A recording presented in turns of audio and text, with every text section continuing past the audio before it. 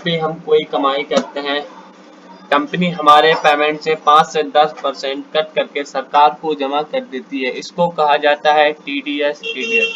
Mostly सभी तरह की इनकम पर कट किया जाता है, जैसे कि बिजनेस इनकम, सेविंग अकाउंट पर मिलने वाला इंटरेस्ट, एफडी पर मिलने वाला इंटरेस्ट, एक्सेट्रा।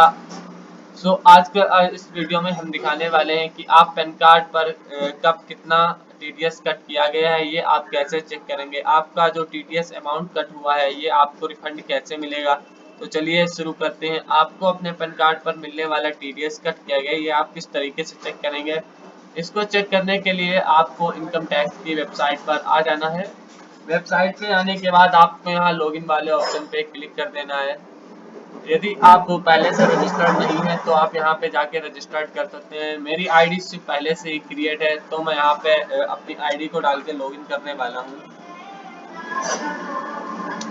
तो मैं यहाँ पे अपने पिन नंबर डाल के लॉगिन कर देता हूँ।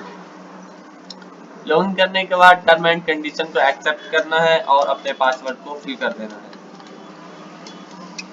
जैसे ही हम लॉगिन करते हैं तो हमारे सामने कुछ इस तरीके का इंटरफेस ओपन होके आ जाएगा। हमें यहाँ डैशबोर्ड वाले ऑप्शन पे क्लिक कर देना है।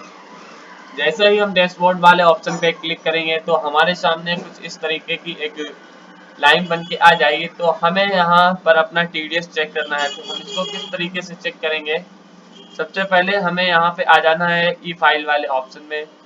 ई फाइल वाले ऑप्शन में इनकम टैक्स रिटर्न पे आ जाना है। इनकम टैक्स रिटर्न पे आने के बाद आपको इसके ऊपर अपने माउस को रखना है और इधर स्क्रॉल डाउन करके आपको देखना है व्यू फॉर्म 26AS। आपको इसके ऊपर सिलेक्ट कर देना है।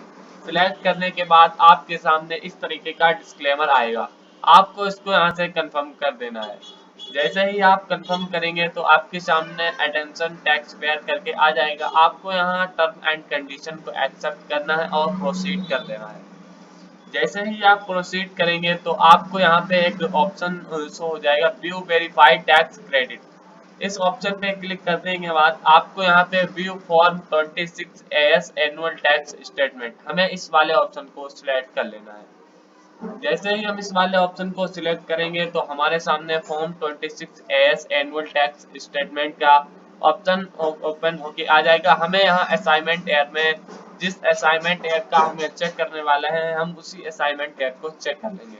हम यहाँ से 25-26 का चेक करने वाले हैं, तो हम यहाँ से 25-26 को चेक कर लेंगे।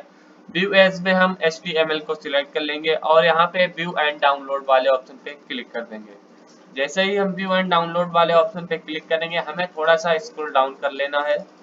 स्क्रॉल डाउन करने के बाद आपके सामने कुछ इस तरीके का इंटरफेस ओपन होके आ जाएगा।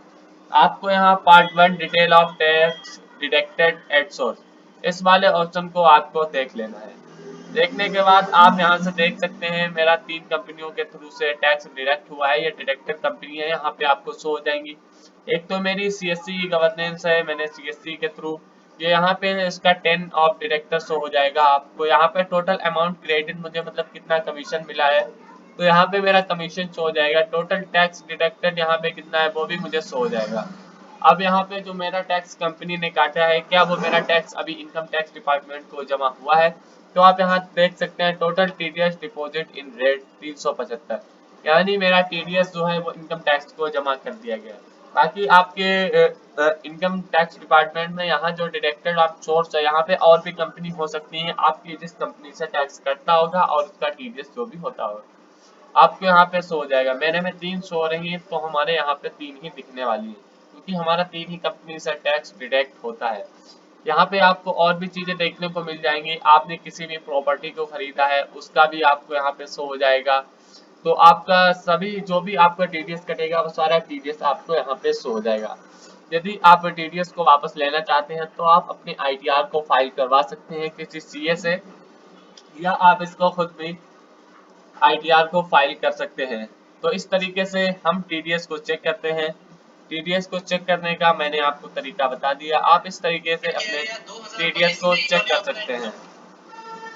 TDS अमाउंट रिफंड लेने के लिए ITR भरना होगा। ITR खुद भर सकते हैं या किसी से फाइल भी आप करा सकते हैं। टैक्स मैनेज होने के बाद TDS रिफंड आपका हो जाएगा। टैक्स जिम्मेदारी नहीं बनती तो पूरा TDS रिफंड होगा। फाइनेंशियल ईयर 1 अप्रैल से 31 मार्च तक होता है। आपको हम बता दें कि जो फाइनेंशियल ईयर होता है वो 1 मार्च से 31 मार्च तक होता है। अगले साल यानी जब ITR भरते हैं तो हम उसको असाइनमेंट ईयर कहते हैं।